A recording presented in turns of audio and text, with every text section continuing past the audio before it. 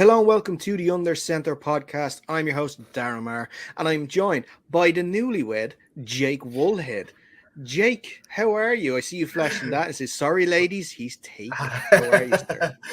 I'm doing great, actually. Yeah, I'm doing very well. As you see the little bit of bling on the finger there. Yeah, doing very well. Excited to be back on the show. Excited the season's coming back for me. I did watch some preseason, but only a little bit, so I am excited. Yeah. That's good to hear. You did time it very well. That preseason starts just as you come back from your. I think we talked about it off air. Your mini moon. The mini moon, yeah. A little trip to picturesque Venice. Very nice, very nice. You have sold me on Venice.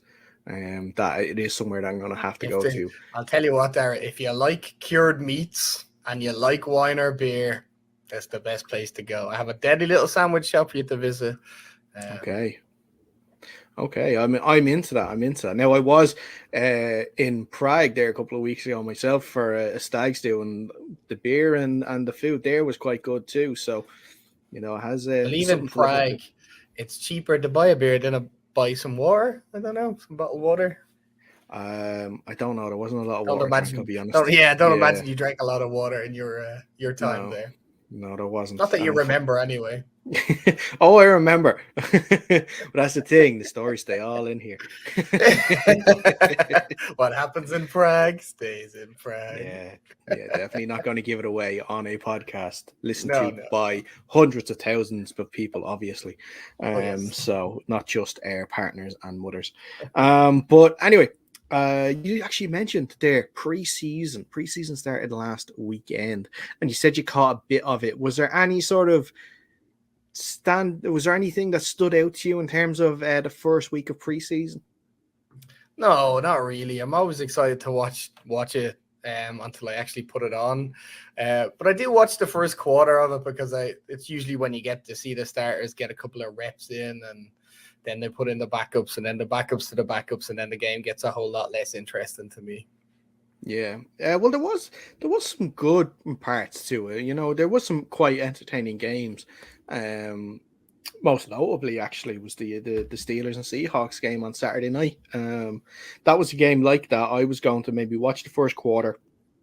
I'd have pushed the first half of the game just to see how things are and to see like the epic QB battle between Locke and Smith. But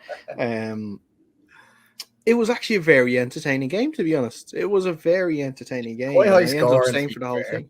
Sorry? Yeah, well, it was quite high score for a preseason game. Yeah, and exactly. In your opinion, who's winning out? Is it Locke or Smith? Who's going to be the? Yeah, Smith is. Yeah, Smith is winning out, but it's not. But it's not as if this is a battle where I'm happy with either one. Either way, we're not going to be that good this year, so it doesn't matter who goes in. The race to the bottom for us there about our teams. The race that nobody wants to see is going to be fantastic. But one actually other talking point from it was the Ravens' crazy unbeaten run when it comes to preseason action. Such a weird stat, man. That's so weird. Another win last week. I think it's 19 games unbeaten. It's crazy. Yeah, it just doesn't make any sense. I've been watching it every time I see them play. I'm like, ooh, is this a chance to put a bet on? But just the minute you put some money on the Ravens to win another game, they're just going to lose it immediately.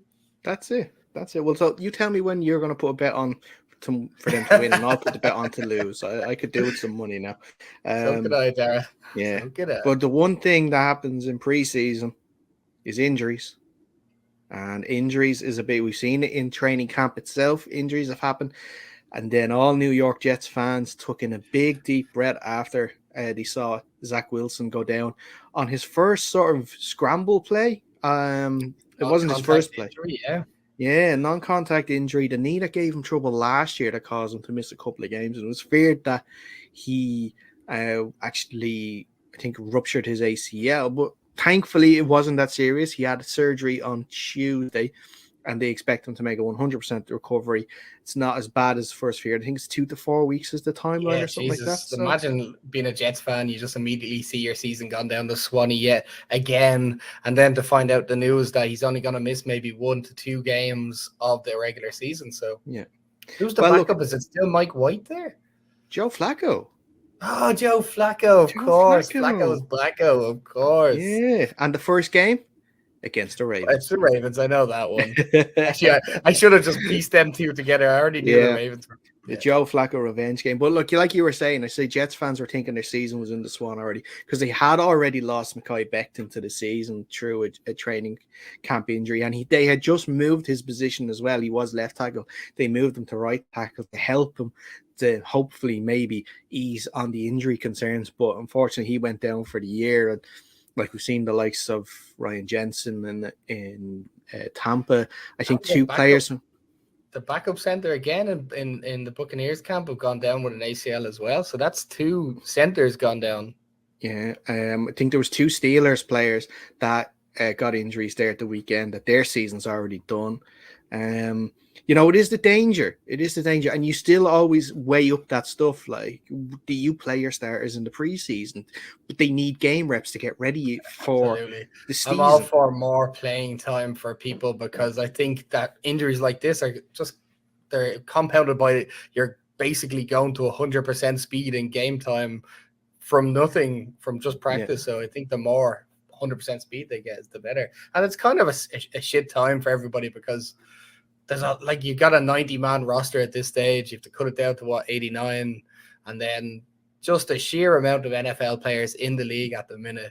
The statistics for the ACLs go up because obviously there's so many more players, but you just hate to see big names go down. You hate to see anybody really go down with an ACL or a season-ending injury. Yeah. I think like that, the first preseason game especially is great to see the rookie class come out. And we've seen that with a few of the QBs. We sent out a poll during the week to see which QB had the best debut. Desmond Ridder throwing the winning touchdown in the game against the Lions. Kenny Pickett, leading the Steelers to a second half victory over the Seahawks. You had Sam Howell play quite well for the Commanders. And Malik Willis showing what he can eventually do given some time in the league as well. So, and then also obviously it's not just about QBs. You saw George Pickens score a fantastic touchdown as well in that game. There was a few Seahawks to the Malik Willis thing. Mm-hmm. I just keep seeing a lot of Lamar Jackson interviewed, and a lot of him being asked about Malik Willis. Do you think it's just because they're very similar play styles, kind of, or what is it? It just seems to happen I've seen it all last week. Any mobile quarterback is going to get the comparison to Lamar Jackson because he's the most successful, it's the most successful mobile quarterback we have at the moment. So fair enough. And I think that's what it is. And look, we'll see with Malik as well. He didn't go in the draft where people thought he was going to go. People had him as a pick number 5, and he didn't go until I think it was the 3rd round in the end to the Titans. So we'll see. He's not a day one starter right away, but hey, look, it's definitely the Titans are looking to the future when Ryan Tannehill's time is going to eventually come to an end there. But we're not just going to talk about the preseason in this one. We're actually going to start our look at the state of the divisions, you could say. We're going to have a look at all 8 divisions from both conferences, and we're going to see what the lay of the land is like with the teams there. We're going to do it week by week. This week, we're going to start on the west side of the country, so we're going to be looking at the AFC West and the NFC West, which is great news for me because I have to talk about how the Seahawks are going to be irrelevant this year. So that's just fantastic. And in the first part, I have to talk about our former quarterback. So look, win-win for Dara at the start. You're so lucky that your team is in this moment of, a downswing, let's say, Dara. You get to experience all that it is to be a shit team and join me down here in the trenches. And Fionn as well. We're also lucky. Obviously, Fionn's not here, and he just thinks because he got a quarterback that has good stats, he thinks that he thinks he's going to win everything in the NFC this year. Are you talking about Sam Hill, or are you talking about Carson Wentz? Because by all accounts, his training camp has not been pretty. No, I've heard it. I've heard the same thing as well. But I do find it interesting that he's in favor of bringing Carson Wentz in. Because of his stats, he says prove that he's a better player than he actually is. but he gives a lot of shit to Derek Carr because he's just a stat guy. I like that. I really wish we'll have to hold this talk off for the NFC East showdown, because that's just going to really rile him up. And I really want to see that. Fiona, I know you're probably watching or listening right now, and I'm not sorry for saying it. Not sorry. He's thrown enough shit on Russell Wilson before. Oh, he's thrown enough shit on the Seahawks and stuff. Yeah, Russell Wilson falling off the cliff last year was his thing now. I'm going to say Carson Wentz is the Derek Carr of the Commanders now. So we'll just see. Yeah. That's what it's going to be. But perform adequately enough. But anyway, that's it. But that's not all we have in store for you today on the show. We're also going to be talking to Ty Gleeder, of course, our Irish kicker, and also spent a bit of time over in the CFL. But we're going to be talking to him about Ireland's Kicking King, the competition that he's running in association with College Football Ireland and Aer Lingus to try and find the next NFL kicker to come out of Ireland. Great competition in store in various locations leading up to the college football game in a couple of weeks' time in the Aviva. So we'll be talking to him a little bit about that. We're also going to be showing you an interview I had a couple of weeks ago with Lopez Sanuzzi. If you remember the name, we talked about him a couple of weeks ago. Lopez has been selected to go to the NFL Academy in Loughborough in England, the first Irish player ever to be selected for the NFL Academy, played for the Belfast Trojans just this past season. So I got to catch up with him after the Shamrock Bowl, and we'll show you that interview during this show as well. But let's get right into the divisions. Like I said, we're going to start with the AFC West. So how does it work? We were going to give 5 minutes per team, but there's only the two of us here tonight, so we'll probably shorten that time a little bit. We'll see how things go. Like I said, we'll start in the AFC West. And first up, we're going to start actually with the AFC West champs, and that's the Kansas City Chiefs. Now, they've had a lot of ins and outs, but it's also been quite a quiet off-season for the Kansas City Chiefs. Of course, they've lost Tyreek Hill, which is a huge blow. They've lost a few other backup receivers, and Byron Pringle and Demarcus Robinson, but they brought in the likes of Juju Smith-Schuster, Marquez Valdez-Scantling, and also I nailed it first go. I was so happy with that. It's going to be MVS for the rest of it now. And they, of course, drafted Sky Moore in the second round, who by all accounts has been having an excellent training camp too. But you say that he had. Go on. Sorry. I know. You didn't just fart on air, did you? No, I dropped a coin. That's what they all say. That's what they all say. We far too loud. I'd have serious problems if that was a fart. But anyway, losing Hill is obviously a huge blow. Like I said, they've had to retool the wide receiver position. They still have Travis Kelce, who's the best tight end in the NFL.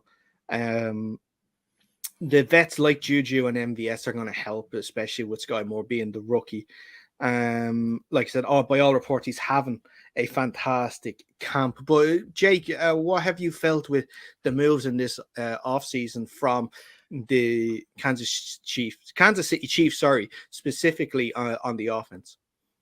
You mentioned that it was a quiet offseason for the Kansas City Chiefs, but then also right after that mentioned that they just lost their biggest, most expensive wide receiver probably in the league. I don't know where his contract lies, but I would say that is pretty big news, and it is a pretty big loss. But when I say quiet, I mean like the Tyreek Hill thing is huge. Obviously, it's a big blow to lose Tyreek Hill, but I mean like that Tyreek news happened very quickly. Like the news broke that he's available to look for a trade, and then 2 days later, the trade to Miami was done. There was none of this dragging on. There was no like they're not in the news every day. They're just getting on with their stuff.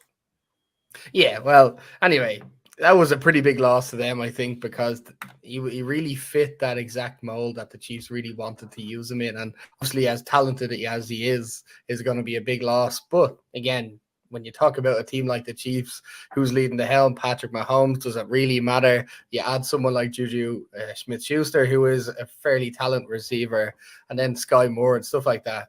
It's certainly, I'm not worried about them. Can't really be worried about them when you have someone like that team, the play call and the coaching and stuff. It's a team that you're always going to be scared of. Yeah.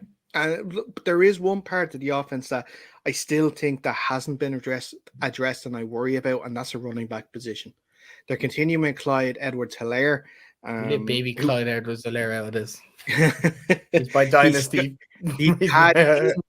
If he's on your dynasty team, you know more than others the amount of games he's missed, and at times how ineffective he can be too.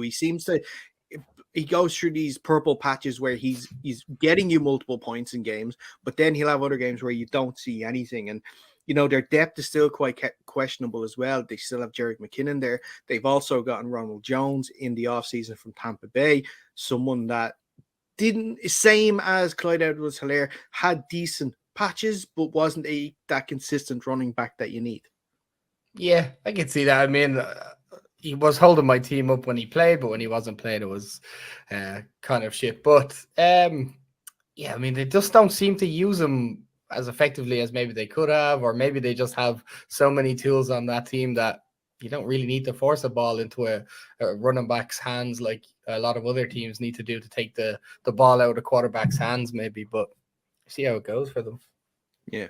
And on defense, a lot of chopping and changing as well.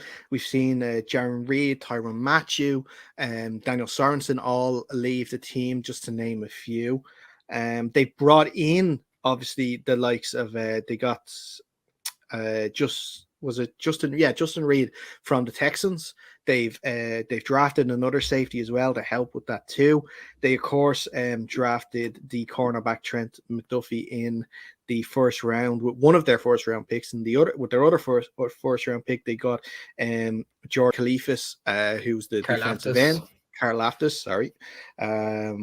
So they are retooling a few things on the defense too. So because they were caught a little bit cold, I think, of the defense, especially like in the AFC Championship game against the Bengals, that their defense wasn't able to sort of deal with the sky bombardment that the likes of Burrow and Chase gave them.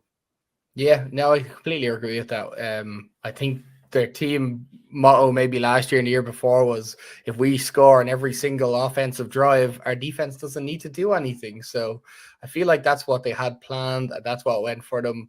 But then obviously when it came down to the important games, they hadn't got enough tools on defense to stop another explosive offense like the Bengals. So certainly losing a player like Tyrann Mathieu, but then you replace him with Justin Reed, who is maybe not as good, but still fairly talented player, and then drafting George Karlaftis and stuff, it's going to help. And I'm not sure, is Spagnuolo there still their defensive coordinator? He's still there.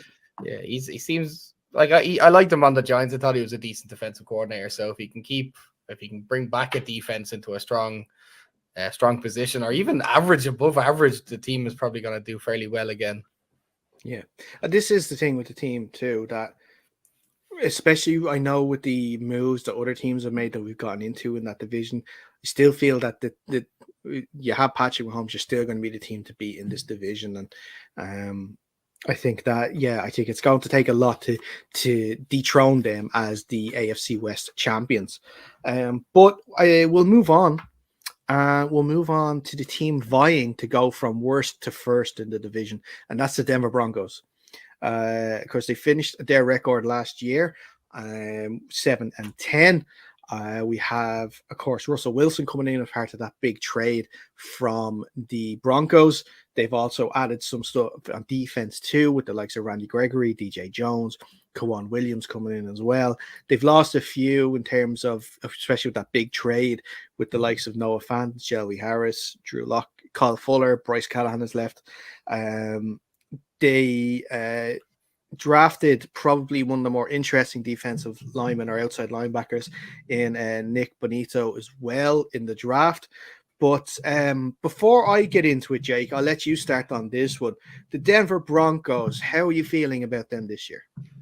I'm certainly feeling a lot better than I was about them last year. I never had any faith in Drew Lock or whatever else they trotted out there at certain points throughout the year. Big move, big balls going for Russell Wilson, and as much as Fionn likes to argue that he's fallen off a cliff, he's still better than probably the top 20 quarterbacks in the league at the minute on a bad day. So certainly looking better. They've got a lot of offensive weapons. They've got decent offensive play calling. I think Pat Shurmur is their offensive coordinator, who was quite good as an offensive coordinator on the Giants. I think they also had, Randy Gregory, the defensive end from the Cowboys. Yep. That's going to be another big one, a big signing for them, just to even hold up the defensive end, even though the offense is going to be where the focus is for this team now. Yeah, just to let you know that Pat Shurmur is not the defensive coordinator anymore. Offensive coordinator. Is he? Offensive, who is now? Justin Outen. Okay, well then I have no idea how that's going to go. I have never heard that name in my entire life. Shurmur was the offensive coordinator when Vic Fangio was still in charge. Okay. Yeah. Right. Okay. Because Nathaniel Hackett now is a rookie. The Packers offense coordinator is the head coach there now. Yeah. Yeah. Okay. Well, I'm still not too worried about it. I'm sure it's when you have a top quality quarterback and some weapons like the Broncos do, the team's going to be all right. Yeah. Well, my view, and we'll just sit back and get ready for this. Hang on, I need popcorn. But seriously,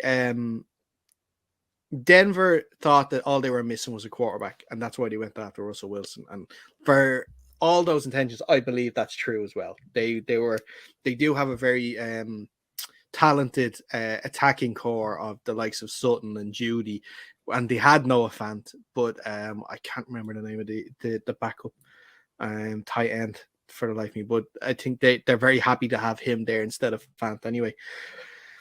So they have Russell Wilson.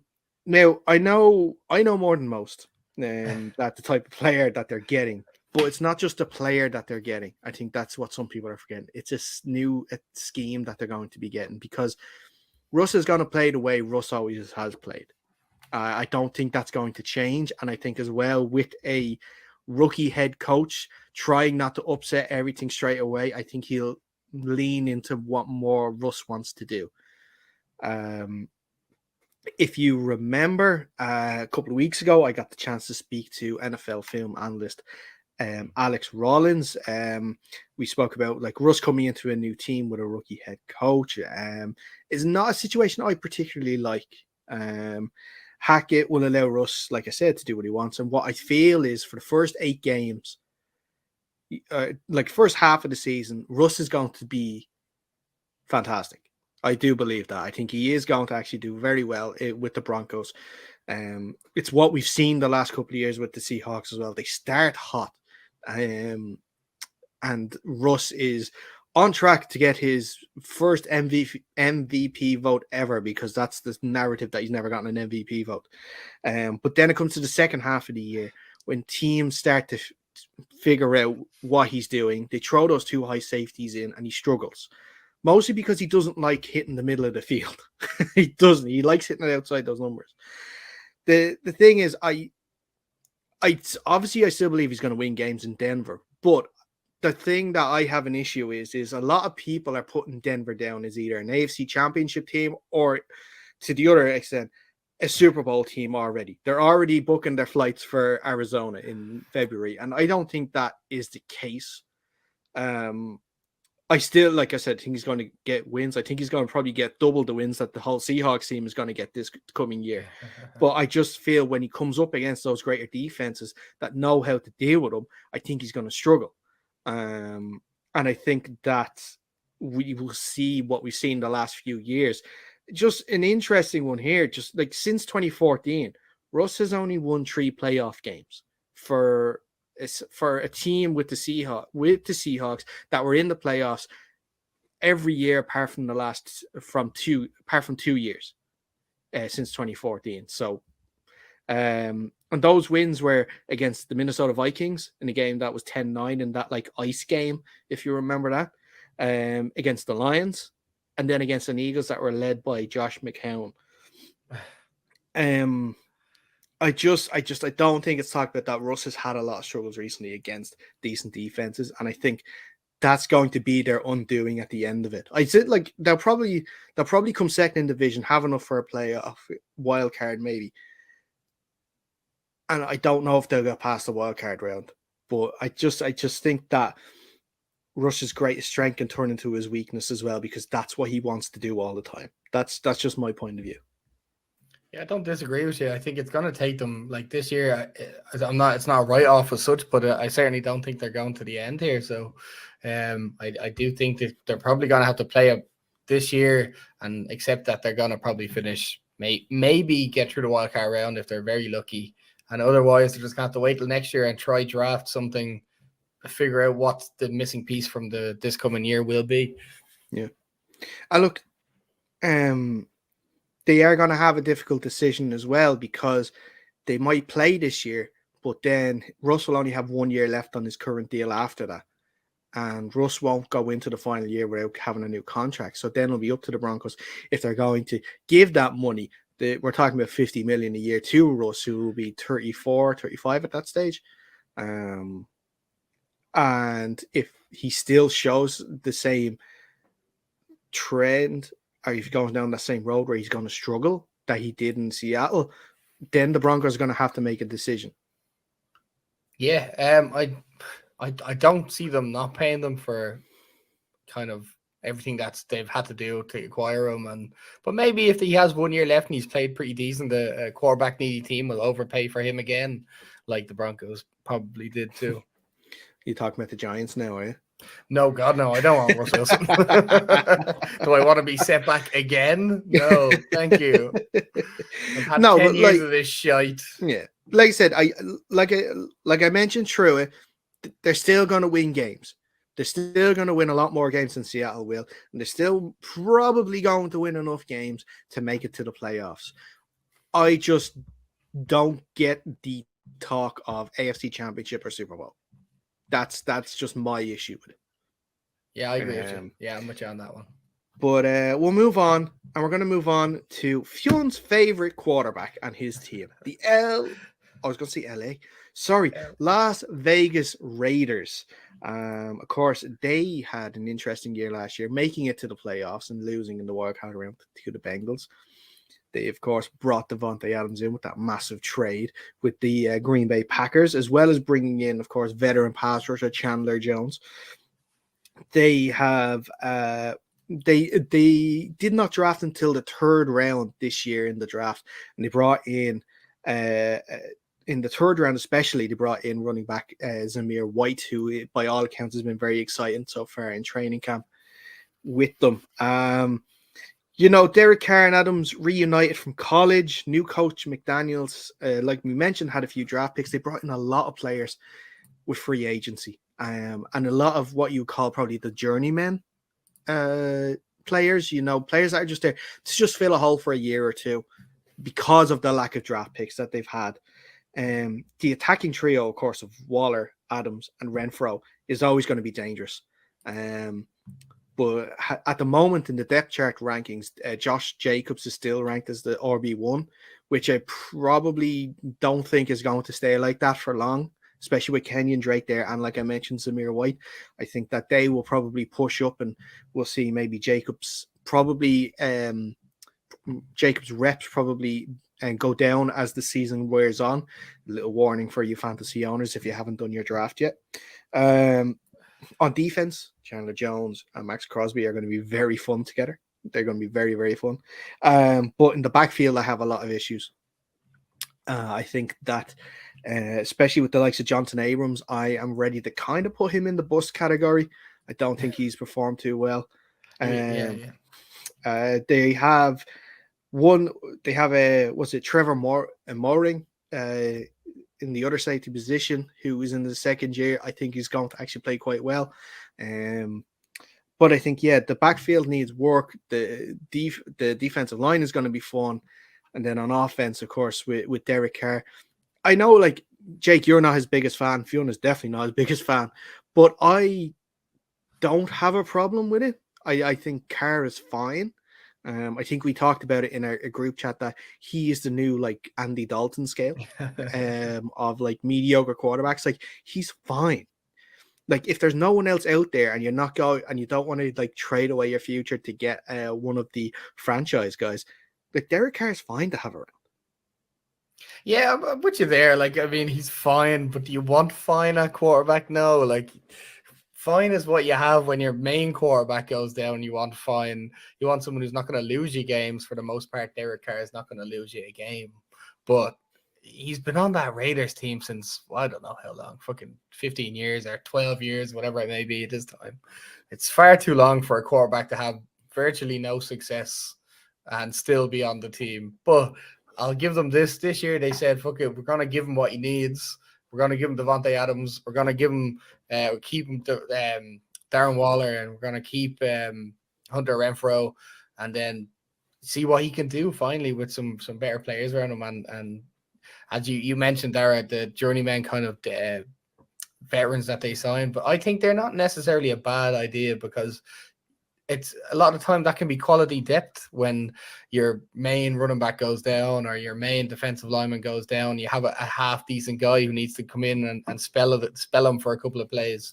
So I think at least they're kind of building something around them more so than they've had maybe in recent years. But certainly that defense needs a little bit of a look. That's going to be a worrisome one. I know that Pat Graham is the defensive coordinator now. He was the defensive coordinator of the Giants last year, and he's quite good, although he does have a very bend don't break, and plays a lot of soft, and it doesn't often suit. It's infuriating to watch because it'll take maybe 5 minutes or 10 minutes to get up the field, and in the end they just score a field goal, but it's just wasting so much time on defense. But if you have a more explosive offense, maybe if the Raiders can get up the field and score some more points now with more firepower, then it's going to look a lot better for them. Yeah, I agree with that. And the thing is with the Raiders, out of the 4 teams in this division, they are the hardest for me to evaluate and what could happen with them. Like, they could finish first, they could finish fourth, they can finish at any of those positions. With the other teams, you're kind of like, well, I don't think they're going to be last in the division, if you know what I mean. I think like someone is going to have to finish, of course, last in this division this season. Crazy to think, because if you look at all 4 rosters, they're really good rosters. They would probably win most divisions if they were in any other division. But it's just how stacked the AFC West has become in this offseason alone. But we'll see. Like I said, we'll keep a close eye on the Raiders. And see how things are going there. Like I said, like you were mentioning, they give him Devontae Adams maybe this year and next year, and then we'll see what they have. If nothing's coming on, then they might, because they're in Vegas as well, they want to make that big splash and make that big trade for a quarterback, because obviously the year after this coming season, the Super Bowl is in Las Vegas. So I'm sure they'd love to be going to a home Super Bowl. So if that means they have to go after one of the big quarterbacks, I'm sure they would. I'm sure they would give it a try. Yeah, come here. If Derek Carr still can't get it done with all these tools, it's time to let him go. I'm sorry, Raiders fans. He's done absolutely average to above average, and that's not what you need. Yeah. And finally, on the AFC West side of things, and probably not the team that we think will finish last, at least I don't think they'll finish last in the division, is the LA Chargers.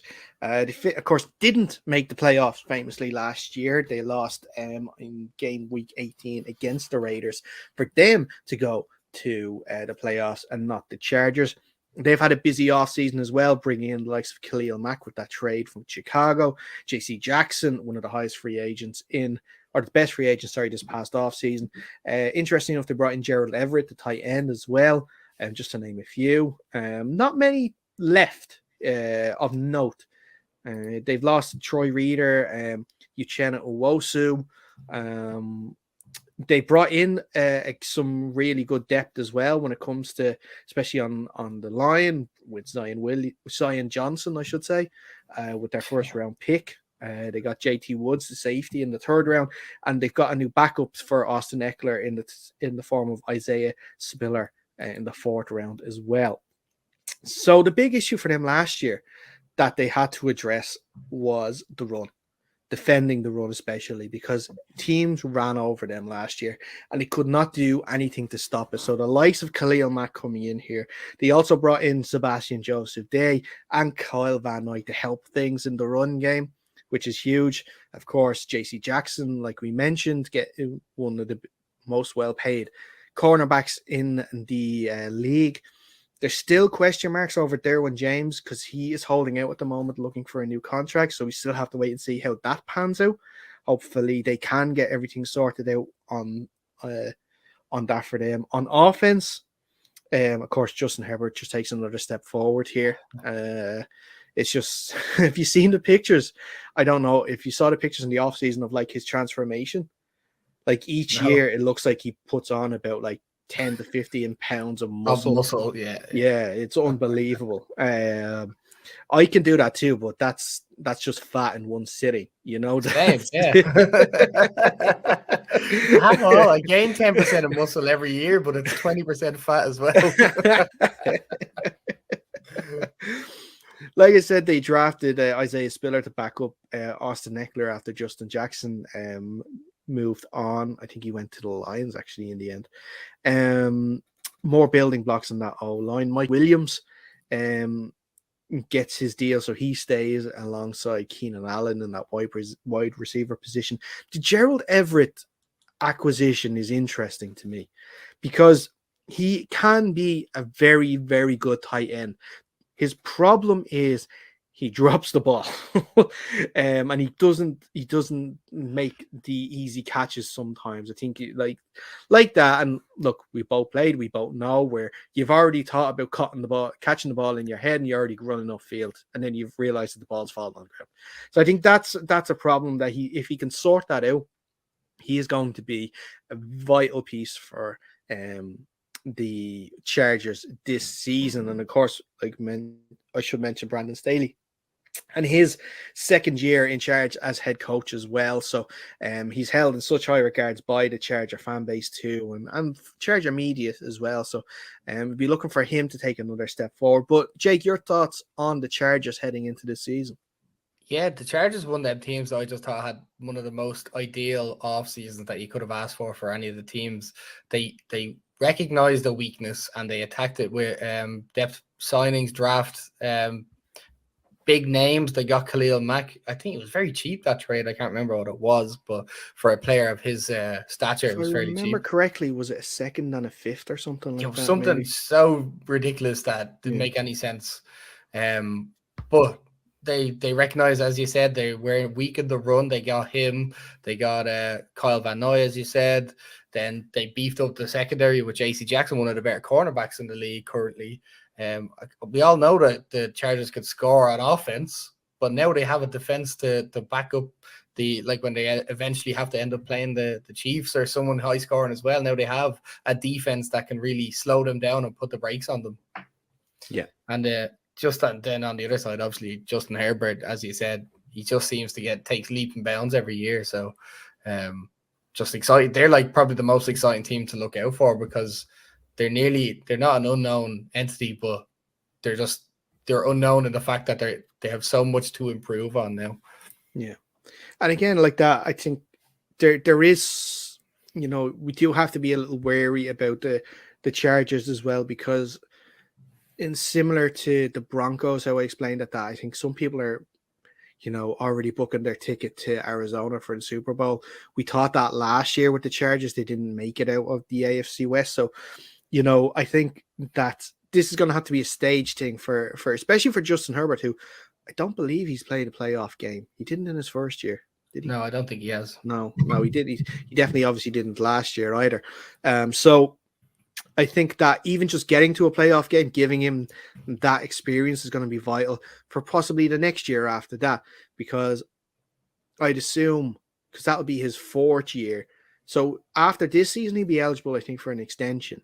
But I think they'll wait until the year after to see what happens before he gets an extension. And God only knows the sort of money he's going to be getting from the Chargers in about 2 years' time. It's going to be huge. We all know it's going to be huge. But it can't be record breaking above Mahomes or something unless he ends up winning the Super Bowl beforehand.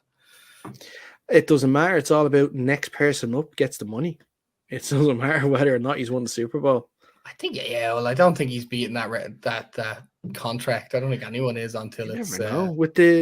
With how much the cap is projected to go up next year alone, and then maybe we'll see what happens the year after that.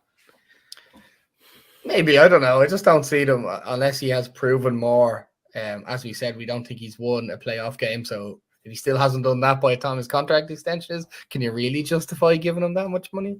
Well, maybe you can, I suppose. Possibly not.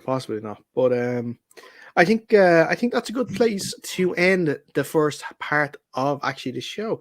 That is the AFC West covered. Very quickly, Jake, I'm asking you here on the spot, so think quickly your order of who's winning the division 1 to 4. Okay, hang on. I don't actually know them off the top of my head, so can you list it out and I'll tell you? Okay, so with the 4 teams we just talked about, the Chargers, the Broncos, the Raiders, and the Chiefs. I'll go Chiefs, Chargers, Raiders, and Broncos. Broncos 4th. Ooh. Just I don't think it's going to go as well for them as they planned. I know it's either boom or bust for them, so it could be a bit boom, I think. Did I get into your head with my Russell Wilson doubts? You may have swayed me a little bit. Me. I was on your fence at the start of the podcast, and now I've fallen into your camp, I think. I'm going to go Chiefs, Chargers, Broncos, and Raiders, I think the Raiders, I'm going to go with Derek Carr keeping you almost interested enough to keep him. Keep him feeling pissed off more than that. Not how is he doing this? We are going to take, but like I said, we're going to wrap this part. We're going to take a quick break. Actually, what we're going to do instead of going on a break, we're actually going to show you our interview that we got to have with Lopez Sanusi, of course, with the Belfast Trojans, selected to go to the NFL Academy in Loughborough. Obviously looking ahead, possibly, hopefully, with one of the big colleges in America, and then maybe the NFL after that, who knows. But I got to catch up with him after the Shamrock Bowl for a little chat about how the process will be now going over to the academy and when he heard about the call. So check out the interview here, and we'll be back after it, and we'll be talking about the NFC West. Lopez, it's fantastic to speak to you. Nice to meet you, mate. We've been talking a bit offline. How are you, and how are you feeling now that you're going over to Loughborough now? Alhamdulillah, I'm good. It's amazing. It's obviously a blessing. It's a blessing. God gives me opportunities where I don't think I'm worthy of it, but it's just hard work and being able to just get over there is just a blessing, man. It's just a blessing. And it's been a meteoric rise now for you, because you were previously, of course, with the Trojans youth team. You've had just the one season in the senior side, and now, you're heading over to possibly, maybe see you in the NFL in a couple of years. Inshallah, that's the goal. Obviously, it was just hard work. Obviously, with the Trojans youth team, I only played a couple of games, got injured. Senior team came, got injured again. So just played 5 games with the senior team, and then got recognized. So it was just all just hard work and blessing. It's all just hard work and blessing, and paid off. And what is the timeline like now for you over the next couple of weeks? Are you actually going to head over and get used to your new digs over there? So I should be heading over in the next couple of weeks. Being able to put. Just a blessing being able to put the whole Ireland on my back, because me knowing I'm from Dublin, so just being able to be an Irish guy. I think I'm the only Irish guy in the academy, so it's amazing, man. It's amazing feeling. Excellent stuff, and we're definitely going to keep an eye on it, and hopefully when you get a little more settled over there, you'll come back on and have a chat with us, maybe a little more how things are getting on. But like you're saying, from Dublin, you were up playing with the Trojans. Yes, sir. What got you sort of interested in wanting to give American football a go in the first place? So basically, I was born in Dublin, but I was raised in America. So being raised in America, all I knew was American football or basketball. So I basically chose American football, then moved to Nigeria for a little bit just to learn about the culture. Then I moved back to Belfast, and then once I moved back to Belfast, I think I found the Trojans off of Google. Found them off of Google and just joined straight back in. But I didn't really know too much more about the American football. I basically forgot about it because I played it when I was younger, when I was in America. But then joined the Trojans, and then they got me straight. And that's it. And how did you find sort of your first year? Now, you didn't get to play the whole year of senior kitted football, but was there a bit of a jump going from the youth team up to sort of the senior kitted side? Yes, it was, because when I came in as Trojans, I said I wanted to be a running back originally. I wanted to be scoring touchdowns, but then later figured out where my position was as a defensive end, being able to help on the defensive side. So it was definitely a whole different ball game, jumping from the youth team into the senior team, and then being able to just progress from there. Well, look, talking shop as a nose tackle as well. Sacking the quarterback's a lot better than scoring the touchdown. Of course. Being aggressive is a lot better than scoring touchdowns. It's a lot better. We get away with a lot more on the defense. That's what it is. We get away with a lot more. Yes, sir. But excellent stuff. Listen, while we're here, what did you make of the game there today between the Rebels and UCD? A fantastic win for the UCD in their first ever Shamrock Bowl as well. I'm happy for them. Actually, I don't want to be biased, but I wasn't actually rooting for them. Like, I didn't really know they were going to win it because obviously when we played them, we only lost to them by a point. And then when we played the Rebels, it was more of like the Rebels was a more bigger side, so I wasn't really thinking that UCD was going to pull this off. So I'm happy for them. I give them the highest props. I'm really happy for them. Really happy for them. Sorry, we already have a member of your fan club already coming by here. Yes, sir. You've already been spotted now, we see. Well, listen, Lopez, we won't spend too much more of your time. I know you're in a hurry, but listen, again, thanks so much. Best of luck over in Loughborough. Thank you so much. And we hope to see you in a couple of weeks, especially on the show. Yes, sir. Thank you. And you're welcome back to the show. Best of luck to Lopez in the future, and I'm sure we'll be speaking to him again over the next weeks or months to see how he's getting on over in Loughborough. Like I said, we wish him all the best, and we can't wait to see him either in one of the big colleges in America or over in the NFL in a couple of years' time. But let's get back to it. We're done with the AFC. Let's get on to the NFC West. And we have to start with the Superbowl Champs, LA Rams. We ended the first part of the show with an LA team. Let's start the second part with an LA team. Of course, like I mentioned, Superbowl Champs. They are the team with the target on their heads. Somehow they were able to bring in the likes of Bobby Wagner and Allen Robinson and pay Aaron Donald a load of money. And I think they gave Matt Stafford a new deal, and Cooper Kupp got a new deal. But those additions are scary to add to that team. They didn't lose many people either. Von Miller was probably the biggest loss that they've had. So that will definitely be felt. Andrew Whitworth, of course, is retired now in left tackle. So Joe Noteboom is currently in the depth chart as the starting left tackle. So we'll see how he'll be able to perform if he is indeed the starting one. But Jake, I don't know what more we can say about the LA Rams. They are the best team in football, and they haven't done anything in the offseason to make me think any differently. Yeah, I mean, I just think they found, like, when somebody in a game finds an infinite money glitch, that just seems what they've done to be able to afford all these big names. They don't give a fuck about draft picks, don't give a fuck about money. They just do what they want. They win games because of it. So I think trading for Matt Stafford or acquiring Matt Stafford was one of the best moves they could have made. And then on top of that, they just piled on and got excellent players around excellent players. Just to build up an already beefy team. It's already scary how good they're going to be.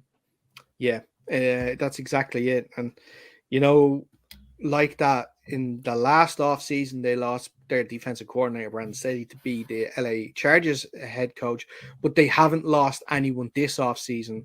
Oh, no, they did. Sorry, they lost Kevin O'Connell, their offensive coordinator. He went to the Vikings. Mm-hmm. So they have lost someone. It's the cost of success, I guess. Other teams want to replicate it. But like that, I can't see anything in terms of, there is some issues with the running backs in terms of the Henderson and Akers at the moment. They are struggling with injuries. Sonny Michel has gone off to Miami. So it'd be interesting there to see. They did draft a running back in the 5th round this year. They actually had draft picks, believe it or not. People think that they don't. They had some draft picks, and they got Kyron Williams in the 5th round as a running back. So he's a potential backup if there is issues with Cam special Akers. Teams player. 5th round pick, running back. He's a special teams guy. I'm sorry. Yeah. On defense, Aaron Donald doesn't retire. He gets a new contract. He comes back again to wreak havoc on the NFC West. Jalen Ramsey's cornerback partner is gone. Darius Williams got that massive contract at the Jaguars. So it looks like at the moment, I think it's Troy Hill who's going to be playing opposite him in the other cornerback position. So I'll be interested to see if teams maybe target that side of the field more. But we saw last year that Jalen Ramsey moved around a lot, actually. He didn't stick on the one side of the field. So it's definitely going to be tough. And like you mentioned, Bobby Wagner, breaks my heart to see him in LA Rams gear. It's going to break my heart to see him come to Seattle in LA Rams jersey. Break your heart again when he picks off Drew Lock or Geno Smith and runs it back. When he sacks the life out of him there, probably on like a 3rd and 16, where he just blitzed through the middle. That's when it's going to destroy me even more. I'm going to feel that sack. But yeah, so like I said, the LA Rams, they're the best team in the division, and it's I can't see anything, especially with how weaker the other teams have gotten. When I talk especially about the Seahawks and one other team that I'll get to, but yeah, it's tough to see anybody topping them this year. Yeah, I think they're probably they tied. Well, they're obviously a good bit better than any other team in that division. They're taking advantage of a fairly weak division in the grand scheme of things. Next up is probably the Cardinals or something like that, but the 49ers have kind of lost a lot and aren't going to be playing as well. So they're a team that is just going to get to the top of that. I don't think it's going to be particularly difficult for them to be the top of their division. Yeah. Well, you mentioned the Cardinals. Let's move on to the Arizona Cardinals. They're coming into this year, of course, losing that wild card game to the Rams.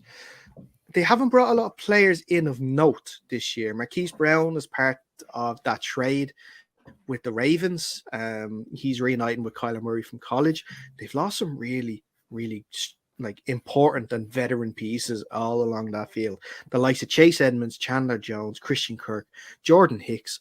There's some really big losses there that do worry me, because all the news off season, of course, has been about Kyler's contract, but I don't think enough has been talked about the fact that, you know, they've lost some really, really bad. Or they've not lost really, really bad. They've lost some really, really good players.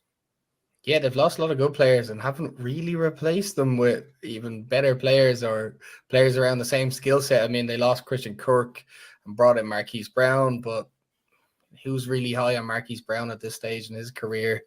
I don't know. I just don't know what to make of them. This whole thing with Kyler Murray seemed to wipe away any other news to do with the Cardinals. And then they still have, what's his face, the head coach there, who Kingsbury seems to kind of not know what's going on a lot of the time. It doesn't really play or plan game schedules really well. So I don't know. They're a fairly confusing team. They had a lot of talent, and now they just seem to lose a lot. Yeah.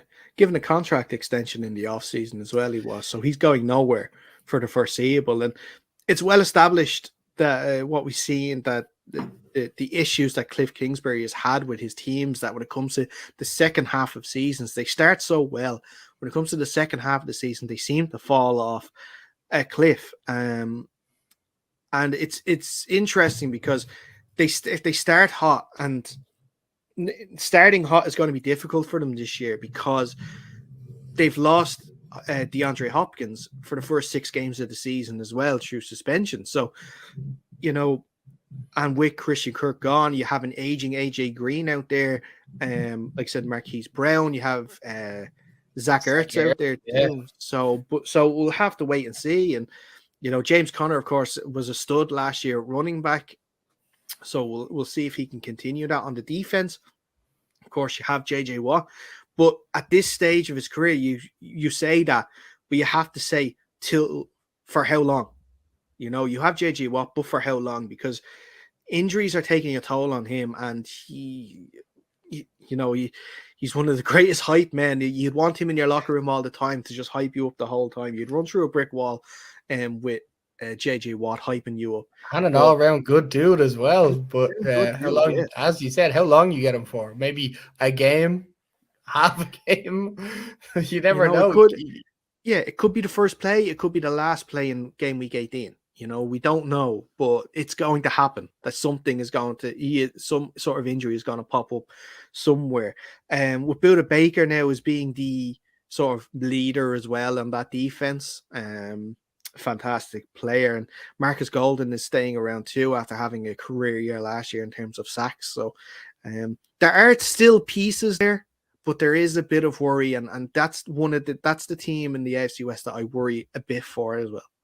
It's often the pieces behind the pieces that you need to have, especially when you have players like JJ Watt, who isn't going to play full games a lot of time, miss a couple of games here or there.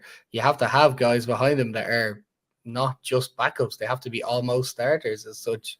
And I don't know if the Cardinals have that. No, I fully agree with you there. So it's definitely an interesting space to watch out for, because we'll have to see what they do. But that's what I said. I do fear for them this coming year. We'll move on to the San Francisco 49ers. Of course, the big news was, well, there's a couple of pieces of news actually with the 49ers this offseason. The big news was officially now Jimmy G is no longer the starter. He's available to look for a trade. Still haven't found a trade yet for him. So Trey Lance is now QB1. But Deebo Samuel as well, getting his extension, his new contract with the team after a long standoff. They're a team that I think could do quite well this year. Trey Lance, he had a perfect passer rating actually against the Packers in that preseason game last week. 158.3. I think that's a perfect passer rating. I still don't understand the passer rating though, how 158.3 is perfect, but look, we won't get into that. But like Jake, I'll let you go first on this one. Your initial thoughts of the 49ers and how you think they are going to get on coming into this year. I don't think they're going to do particularly well there. I don't think they're going to be last in the division, but I certainly don't think they're going to be. I think they're going to be third, to be quite honest with you. Almost a rookie quarterback, Trey Lance, starting, because he's played, I don't know, 20 snaps in the last season. So can't really expect him to do extremely well. I assume he's going to have some of them games where a mobile quarterback gets the better of a defense because they don't know how to plan for him. But as always, a defense, when they watch a couple of weeks of game film on him, they're going to know how to hit him and how to contain him, and then he's going to have to rely on his passing. And I know you said he had 100 or his perfect pass rating, but that is a preseason game. A lot of the time, defenses don't play their exotic looks or their actual game. They're just playing a vanilla base defense, so nobody gets a look on their defense. So I just don't think there's going to be a lot of sustained success for him. He does have some nice pieces. Deebo Samuel, he has George Kittle, obviously, to rely on these guys, but I just don't see them topping the NFC West, or I think it's going to be third for them. Yeah. Well, we can't forget that they were one game away from the Super Bowl last year. They were in the NFC Championship, and it came down to the very last play against the Rams for them to beat the 49ers. So there is talent in this team, and like that, I think that they actually have got some really strong pieces together. Like the running back room is strong with the likes. Elijah Mitchell has been was really good last year. Jeff Wilson is going to be back too. You have Trey Sermon there too, that didn't really get a fair crack at things. I don't know. We'll have to wait and see if Deebo is going to still do that dual threat role where he plays a bit of running back too. Of course, with Brandon Ayuk, who I'm hearing is having a fantastic training camp after sort of being out in the cold a little bit last year. Juwan Jennings showed us in the postseason last year that he is actually someone that could take a step this year too. Like you mentioned, George Kittle, a fantastic tight end as well. So they have some really, really strong pieces on offense. Yeah, they do. I know they do. I know, but when you put in a whole different quarterback into this mix, and I know Kyle Shanahan's kind of offense is always going to be explosive, just the way they do things. I just don't know. It suits me, or in my head, it suits Jimmy Garoppolo more than it would a Trey Lance, because he's going to want to run more, and that's going to change the whole thing. And then when they figure out how to stop him running, it's going to change everything again. So I don't know. I wish I had as much optimism for you. Actually, I don't know why you're having optimism for this team. They're in your division. I know, but I see good players, and that's the one that you keep an eye on the division that you're in. You keep an eye on those teams around you, and I've just seen like good players on that team, and they have a good system set up, especially on offense. And then like we haven't even talked about the defense with the likes of Fred Warner. You've got Nick Bosa there as well. Drake Greenlaw, Eric Armstead. There's some really, really good players up front there. Emmanuel Mosley, Cardavius Ward, Jimmy Ward, I should say as well. They've got some really, really good pieces on defense too. And I think is it Demario Davis is the defensive coordinator there. He had a really good first year with them. And I just think that they're going to go from strength to strength. And I think that they could be an early lock for that second position in the NFC West. Yeah, man, I think third, you think second. It's not going to be a whole lot of games that decides which position they're in, really, if we come to think of it, because if the Cardinals start strong and the 49ers start weak, then the whole thing's upside down. But I think they're not, we can both agree that they're not going to come last, they're not going to come first in that division. Yeah, I think so. I think you're right with that. But let's move on to the final team of the night, and that is, of course, the Seattle Seahawks. My Seattle Seahawks. It's been a turbulent offseason, losing stalwarts like Russell Wilson and Bobby Wagner, also talented quarterback TJ Reed. The unfortunate news that Chris Carson had to retire due to his neck issues. Not officially retire, but step away from the game for at least a period of time. They brought in some really good draft prospects, the likes of Charles Cross, who was our first round pick at left tackle.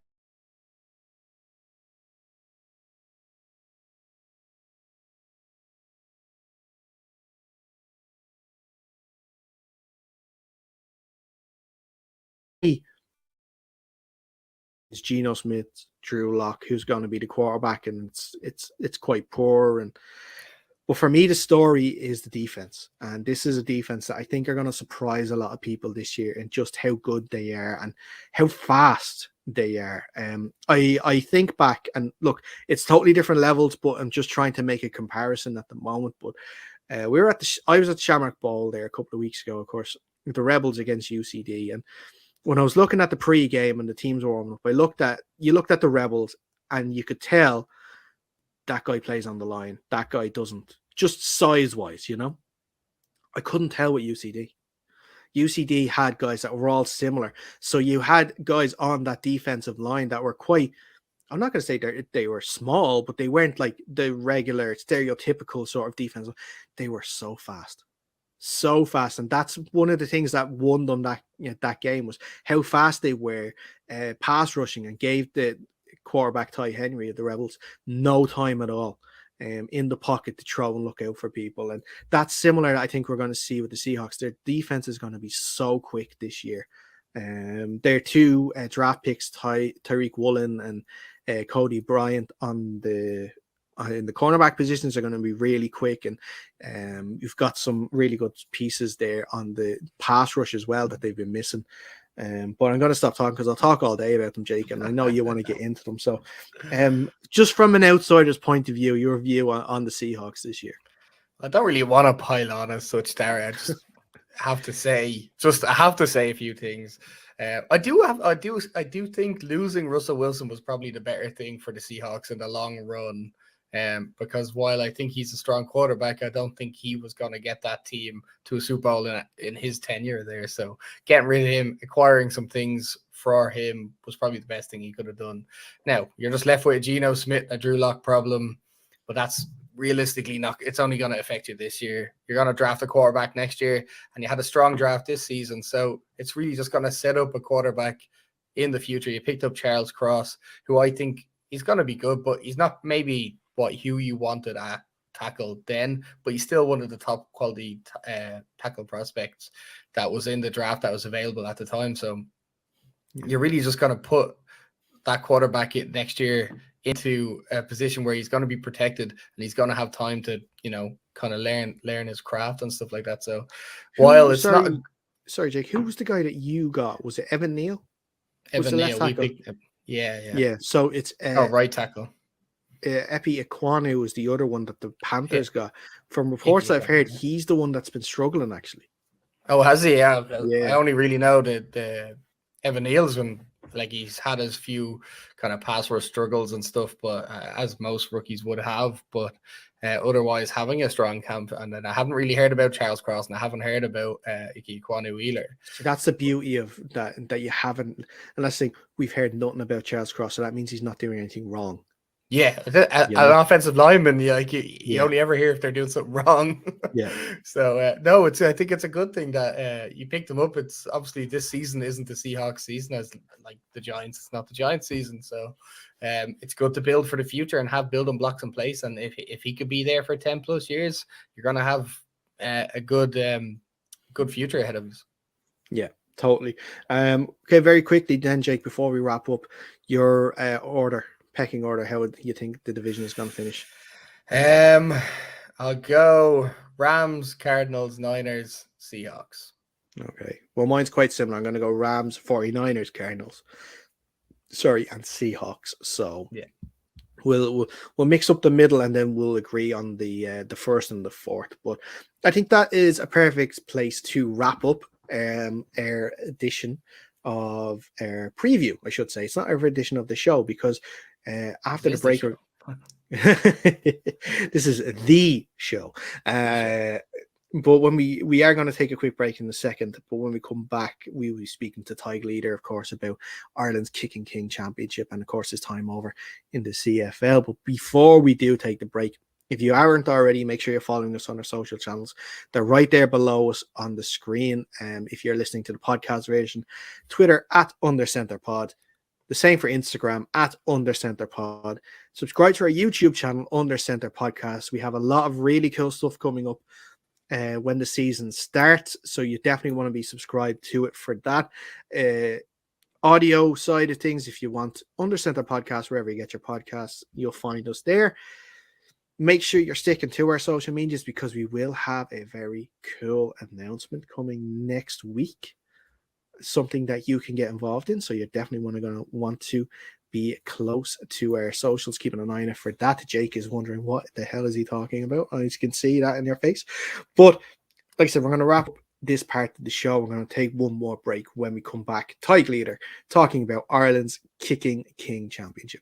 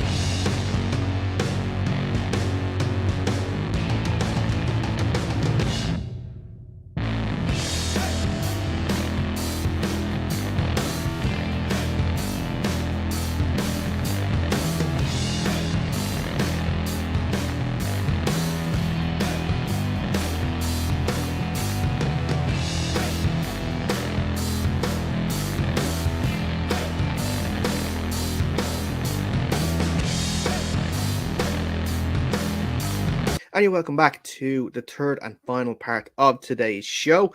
Dara just here for this last part, but I'm not alone. I'm delighted to be joined by Tig Leader. Tig, it's great to have you back on the show. I believe the last time we spoke was actually February for a Super Bowl show. So how have you been? Yeah. Cheers. Thanks for having me back again. A lot's happened on my end, actually, not thinking back, since the Super Bowl, which I'm sure we get into. But yeah, on my end, all as well. And happy to be chatting away with you. Excellent stuff. And we're delighted, like I said, to have you back on. You are on today because we are talking about Ireland's Kicking King, the tournament, of course, that you were running in association with the College Football Ireland and Aer Lingus, trying to find the next kicker to come out of Ireland, looking at soccer, GAA, rugby, all current players who may be interested in it. But for anyone that hasn't heard anything about it so far, maybe just give us a brief overview on what this is about. Yeah, and it's just with the college game happening August 27th up in the Aviva, and there's obviously a bit of hype building around football here. So it was just an opportunity for me to come back home for a few weeks and running this initiative, basically where for Irish, a lot of us, the most obvious way for us to be involved in football, American football, is kicking, just because of our rugby, Gaelic soccer background. We can strike a ball, whereas we're not. The Americans, they're throwing so much basketball, baseball, things like that. Obviously football. So a lot of Irish people have been kind of showing interest in kicking and punting and things like that. So with Aer Lingus and the college football game going on, just kind of running events around Ireland to, I guess, introduce people to kicking, just in a fun way. But for those that show kind of good ability and talent, they're getting the opportunity maybe to go a bit further. And with that, they're going to get to go to the game in the Aviva, and the best few kickers will actually get to kick at halftime live in front of 40,000-50,000 people for a chance. Aer Lingus are comping nice prizes over to get flights over to Chicago. So for me, it's just about introducing people to the game, and thankfully there's a few nice little prizes to being attached to it all. Yeah, and we've had a few dates already. We've been to Galway, and I think was one of the Dublin dates already as well so far. Yeah. We've got so leading up to, say, this weekend, especially with Saturday and Sunday, you're in Cork and Limerick. Then next week you're in Belfast on the 25th on the Friday, Dublin again on the 26th on the Thursday, Belfast. Saturday is Dublin the 26th, or Friday, sorry, and Saturday itself is the Aviva game itself. So that's where, like you mentioned, the best kickers will be taking part in halftime there. How has the turnout and the interest been since this has been announced?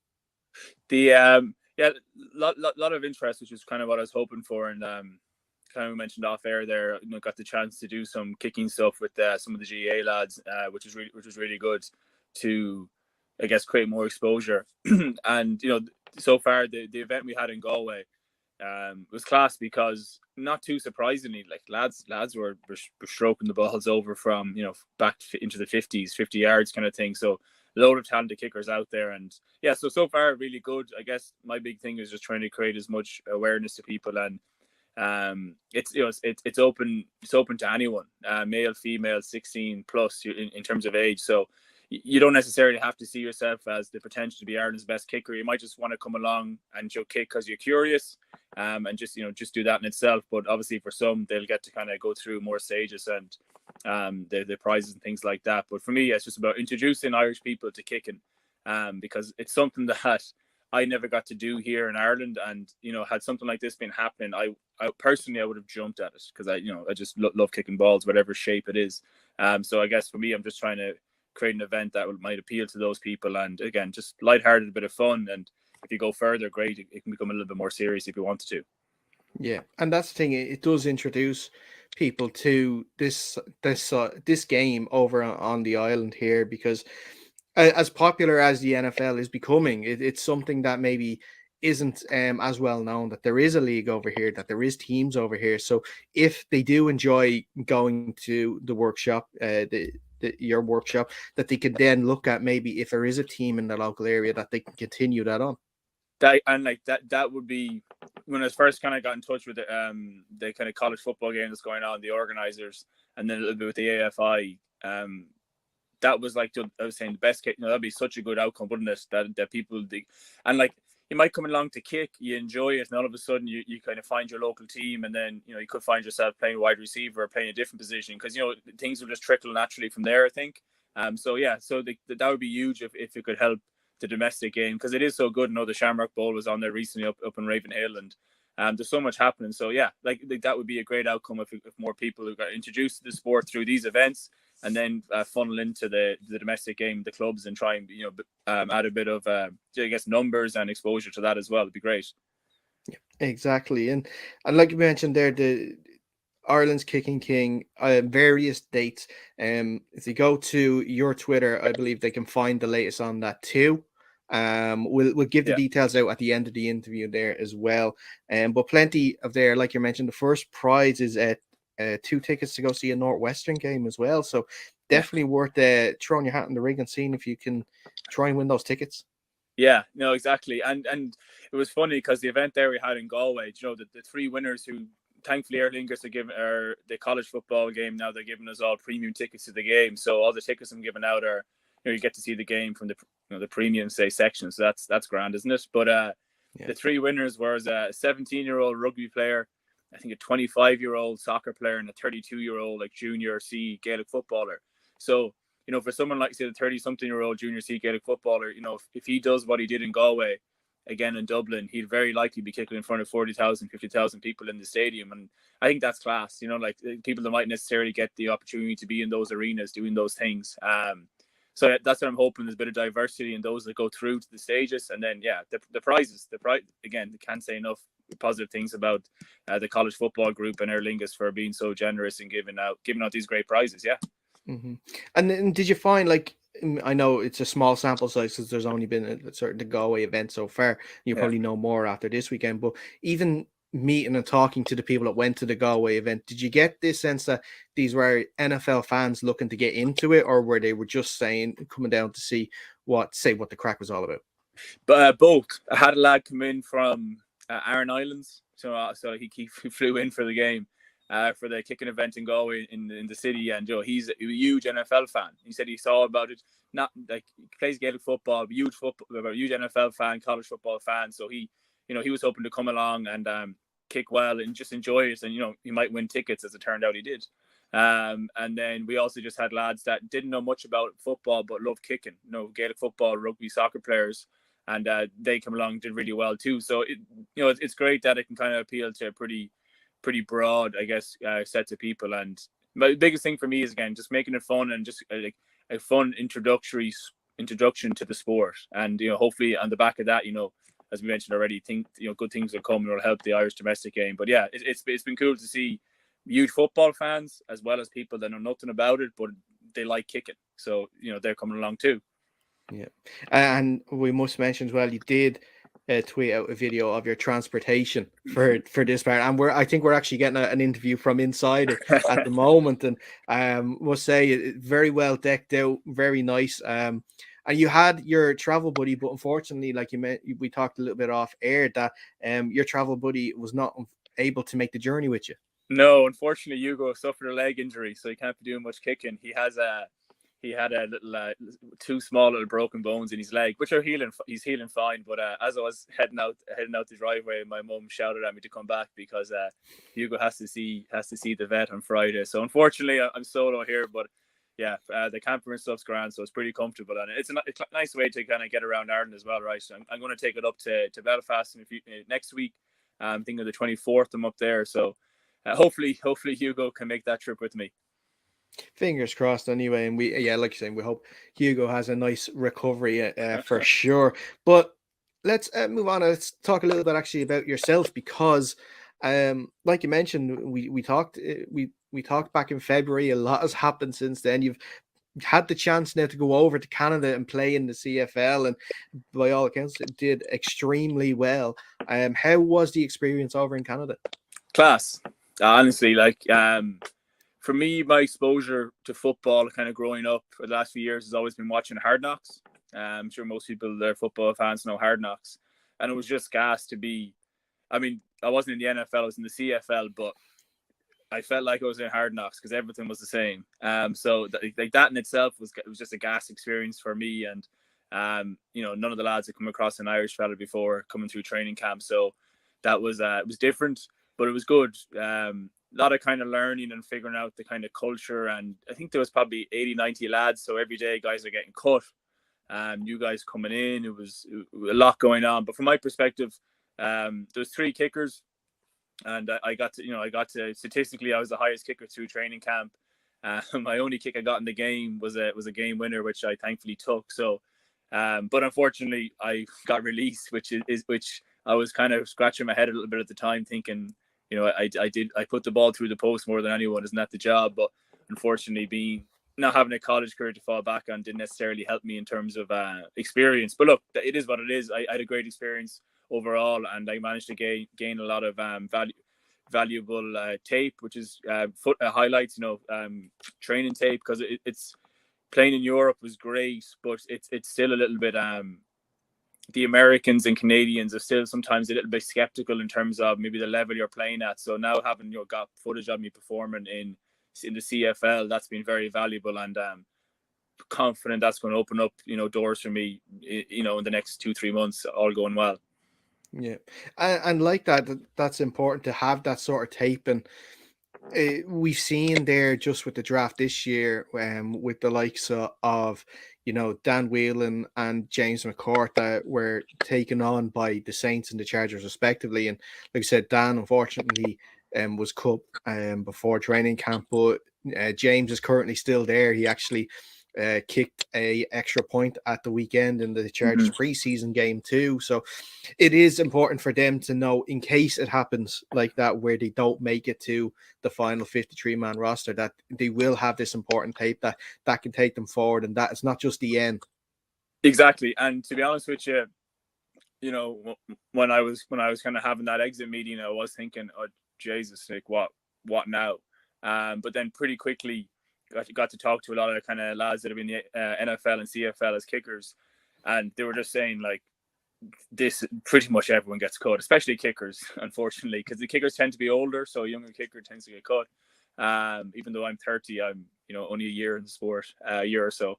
But like getting training camp footage, because you're getting live reps, and they're highly pressurized reps, because everything's recorded, everything's statted. And as I saw, maybe the 4th or 5th day of training camp from where I was, one of the lads, he was ahead of me in the depth chart. He was second in the depth chart. He maybe missed 2 kicks in training one day. Then the next day he missed his first kick, and then I kept scoring. So then, he was that evening, I'm going to the elevator and he's there with his bags, getting flown home. So it's a high pressurized environment. So if you perform well in camp, and obviously the Irish lads that are involved now in the NFL are doing well. So even if what you're told basically in the NFL is through training camp, you're auditioning for the other 31 teams as well. It's not just the team you're at, because the tape is so valuable. Your agent gets in touch with the team. So thankfully for me, I got good tape, and fingers crossed that a door opens soon.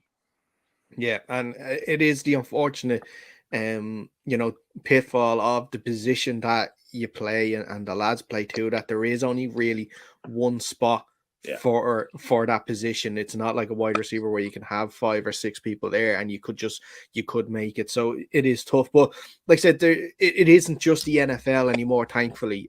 Like that, you had a chance to go to the CFL. We saw the USFL do quite well this offseason, and we have the XFL coming back again. So there's definitely loads of different avenues to go down. There's more opportunity now than ever. I mean, 1 year ago it was NFL, CFL. Now we have NFL, CFL, USFL, and then starting the week after the Super Bowl ends, actually, the XFL is starting. Literally, camp starts late December. So personally, quite hopeful. I've had some kind of decent talks with people involved, and looks going in the right direction, I suppose. So yeah, from my perspective, that's kind of, I guess, the next target. And it's just good because the lack, I said a year ago, there's only 2 leagues really to playing professionally. So, and there's a lot more than, was it 32 plus not 32 NFL, 9 CFL. There's a lot more professional caliber players out there than there is teams. There's a lot more demand than there is. So now the fact that these 2 leagues have come along, and I think the XFL is owned by The Rock and a few of the different kind of investors in it. But Dwayne Johnson, when I say The Rock, so he's mega. So having him involved, I've seen he's been at a lot of the workouts and showcases around the US, and that's just going to bring such kind of hype and eyes to it. So, I'm confident it will go well, and fingers crossed you'll be seeing the ginger Irish fella out there belts and balls. Hopefully, fingers crossed. And it seems as though that it's being done correctly this time. Not saying it seems The Rock is putting everything into it. Even just looking at the caliber of head coaches that he's bringing into this league, like Wade Phillips, Ron Woodson is there too. You've got so many good coaches, and we have the 8 teams at the moment. This goes well this first season, we could see it expanded to a few more teams, which, like we mentioned, is still more and more opportunities for players to get their shot. Exactly. And the interesting about the XFL was actually last year this year when the USFL launched. People were kind of curious about the X, because they're going, they could see them as competitors because they're both around the similar time of year, competing to be the next best league after the NFL.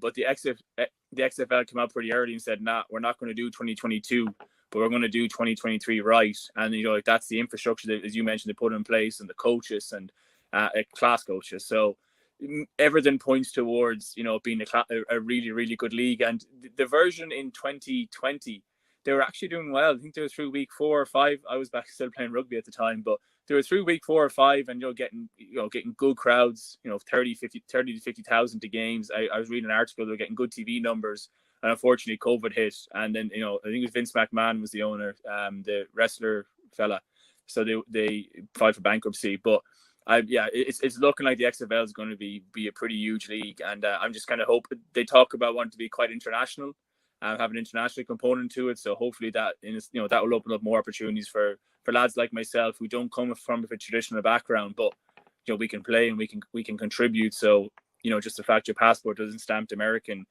hopefully that's not really held against you too much. So yeah, fingers crossed the XFL is going to be a good look and give lads a lot of opportunities.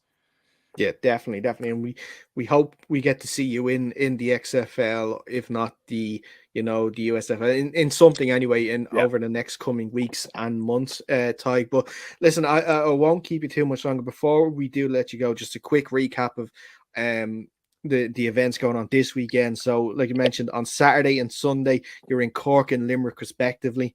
Where in Cork and Limerick will people need to go if they want to take part? Yeah, in Cork, we're in Musgrave Park, the stadium there. The Munster use quite a bit. That's at 11 a.m. on this Saturday coming, August 20th, and then the 21st we're up in UL, University of Limerick. That is, so on the field there. And then the last 2 events would be the 24th is up in Belfast Harlequins. That's a Thursday evening, I believe. And then our final Dublin event will be on the 26th at Railway Union Rugby Club. And I appreciate a lot of dates thrown at you there. So basically, if you go to leaderkicking.com, I'm just trying to centralize everything there. If you go to leaderkicking.com, you have to find the kind of date, that event near you, say. And just encourage you to come along. It's a bit of crack learn. And even if you're a rugby player or a GAA player, for example, I do maybe 30 minutes of coaching at the start. And there's so much of what I'd be kind of talking about in coaching is directly applicable to kicking a rugby ball or getting football off the ground. A lot of things, your foot angle, your foot to ball contact, whether that's American football, Gaelic football, or rugby or soccer, doesn't really matter. Those things have to be the same. So there's 30 minutes of coaching, and then we jump into the kicking challenge. It's kind of like what people would go through an NFL workout. Obviously not as serious as that would be. Your life isn't on the line almost, but again, go through that, and then prizes, etc. on the back of that. So yeah, leaderkicking.com is your best bet. Excellent. And like that, you actually give sort of. We mentioned that you're doing some work there with Off the Ball on News Talk, and you sort of gave the 2 GAA lads a bit of a clinic there at the start as well, a bit of coaching. So if people want to know, they should check out that video. So give them sort of idea what they're in store for when it comes to coaching and stuff like that on the day. But Tig, like you mentioned, it's been fantastic to have you back on. It's a great idea to set this up, and fantastic to get more eyes on American football here in Ireland. So we thank you very much for that, and then we hope the rest of the events go well. Sam and there, cheers, appreciate it. No problem at all. And that's where we're going to wrap up this edition of the show. Thanks to Jake earlier on for hopping on to look at our reviews of the divisions. We'll be back next week looking at a few more divisions too. You can catch, if you miss any of the show, you can catch it back on YouTube. We'll have them all in separate videos for you. Just search Under Center Podcast. The socials at Under Center Pod for Instagram and Twitter. They're both the same. But until next time, stay safe and we'll see you soon.